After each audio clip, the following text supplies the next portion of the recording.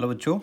आज हम डिस्कस करने वाले हैं एक ऐसे कैपेसिटर के बारे में जिसकी प्लेट्स पैरेलल नहीं हैं, बल्कि एक प्लेट को हमने वेरी स्मॉल एंगल पर इंक्लाइन कर रखा है। थोड़ा सा उसको इस तरह से इंक्लिनेशन दे रखी है। मतलब ये आपके पास नॉर्मली प्लेट्स होती हैं इस तरह से, बट इस प्लेट को हमने थोड़ा सा लिफ्ट कर दिया है इस तरह से, राइट। सो उससे कैपेसिटेंस पर क्या फ़र्क पड़ेगा और उसकी कैपेसिटेंस को हम कैसे कैलकुलेट करेंगे, ये आज का हमारा टॉपिक है। सो ए मैंने उसकी लेंथ ले ली है, बी उसकी मैंने ब्रेड्थ ले ली है, और जो इस एंड का जो हाइट है या स्पेसिंग है उनके बीच में उसको मैंने वाई मान लिया है, और जो दूसरे एंड की जो स्पेसिंग है उसको 2y।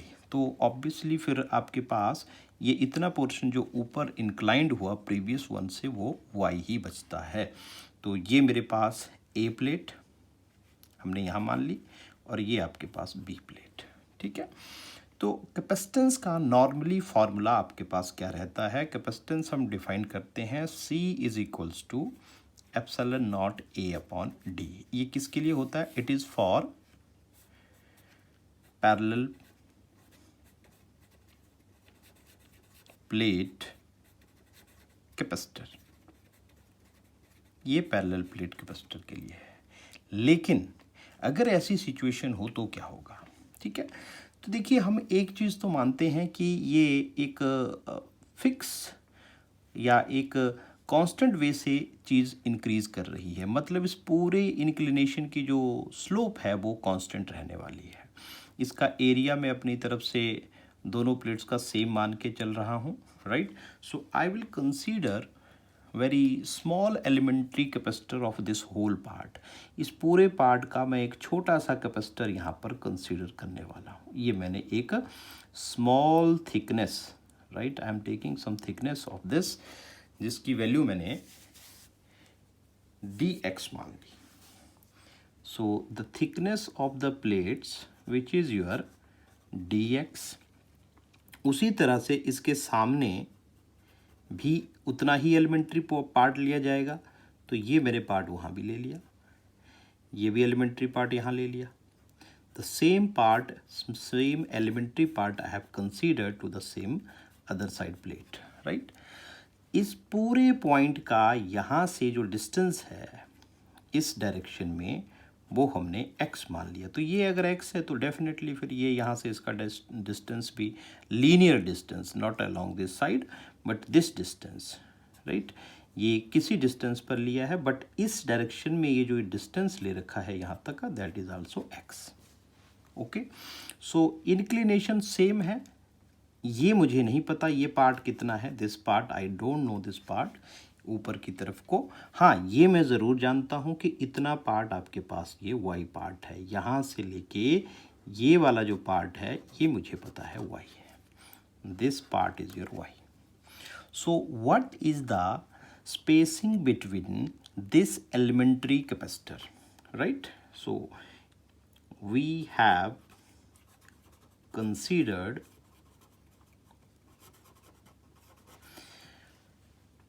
elementary or small, I will write here small capacitor of length dx। Length उसकी कितनी है? dx। हाँ, ब्रेड्थ उतनी ही रहेगी, b ही रहेगी, उसमें कोई चेंज नहीं है, वो उतनी ही रहने वाली है, that is b, right. So small part है तो इसकी कैपेसिटेंस भी क्या होगी? स्मॉल होगी। I will write here small capacitance is equals to, capacitance का formula epsilon not a upon d। अब ये दोनों चीज़ें मुझे निकालना पड़ेगी। मैं इसका एरिया भी निकालूंगा। एरिया यहाँ पर कितना आएगा? लेंथ आपके पास dx है, ब्रेड्थ आपके पास b है, तो ये क्या आ गया? b into dx। डिस्टेंस आपने निकालना है दोनों प्लेट्स के बीच में।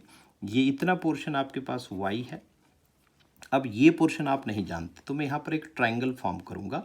आई will write this portion as this. ये एंगल थीटा है, ये आपके पास देखिए x है, ये मुझे नहीं पता, इसको मैंने y डैश मान लिया। So I need this y dash. So y dash upon x is equals to tangent of theta, ये आ गया। तो y डैश की वैल्यू कितनी आ गई, ये आ गया y प्लस y डैश की वैल्यू आ गई x tangent of theta. But मैंने कहा ना कि स्लोप तो सेम रहेगी, जब स्लोप सेम रहेगी तो पूरे के लिए ही सेम रहेगी। इसका मतलब टेंजेंट थीटा में कोई चेंज नहीं आने वाला, वो तो पूरे कैपेसिटर के लिए उतना ही रहेगा। यहाँ से यहाँ तक का डिस्टेंस, ये पूरा यहाँ तक, ये a है आपके पास, ये डिस्टेंस कितना है y, और ये कितना है थीटा। तो यहाँ से भी टेंजेंट थीटा निकाल लीजिए। Tangent theta is equals to y upon a। I will put this value here. So y dash is equals to y upon a times of x।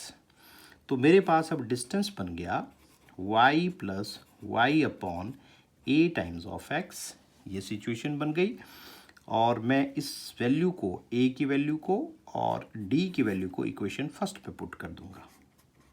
So from equation 1, तो dc is equals to, it is your epsilon not b dx divided by, ये आपके पास कितना आ जाएगा, d की जगह पर y plus y upon a into x.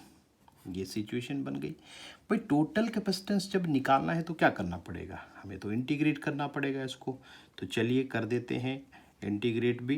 कहाँ से कहाँ इंटीग्रेट करना पड़ेगा, देखिए ये जो डिस्टेंस है, इसकी जो लेंथ है वो यहाँ से यहाँ तक वेरी कर रही है। तो मेरी जो लिमिट होगी वो 0 टू a आएगी, बिल्कुल बिगनिंग से चलेंगे और यहाँ पहुँचेंगे।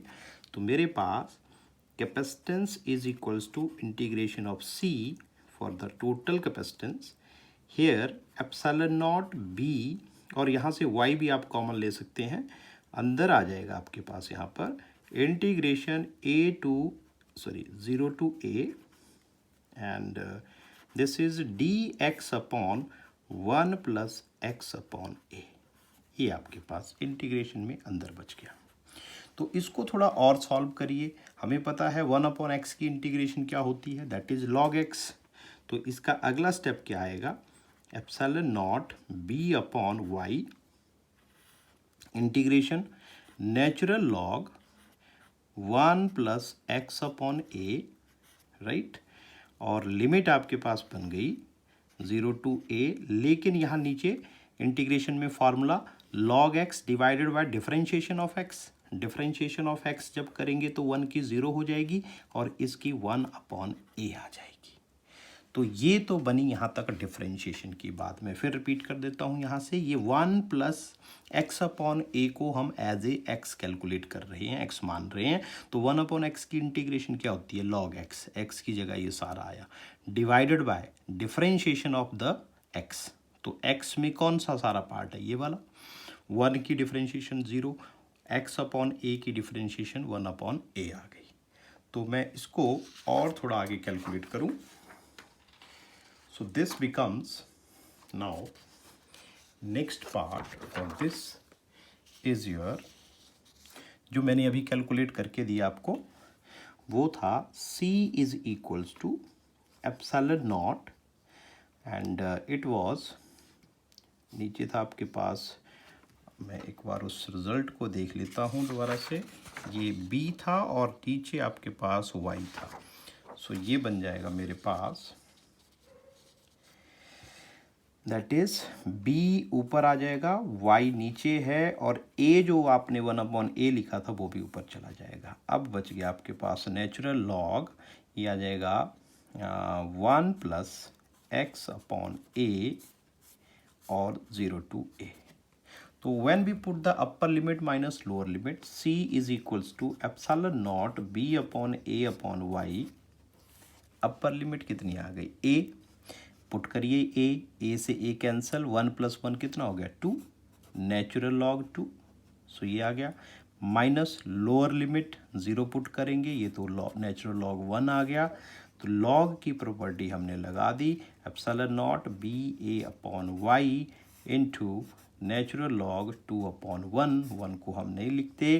तो हमारे पास फाइनली रिजल्ट कितना बन गया, c is equals to epsilon not B A upon Y natural log, ये आ गया 2। ठीक है जी।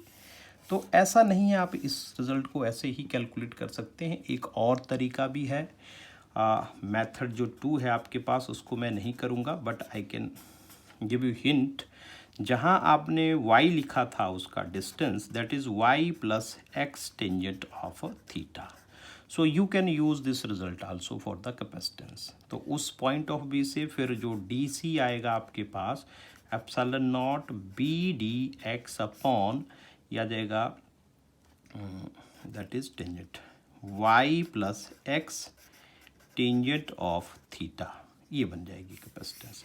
इसको फिर इंटीग्रेट कर दो आप, राइट.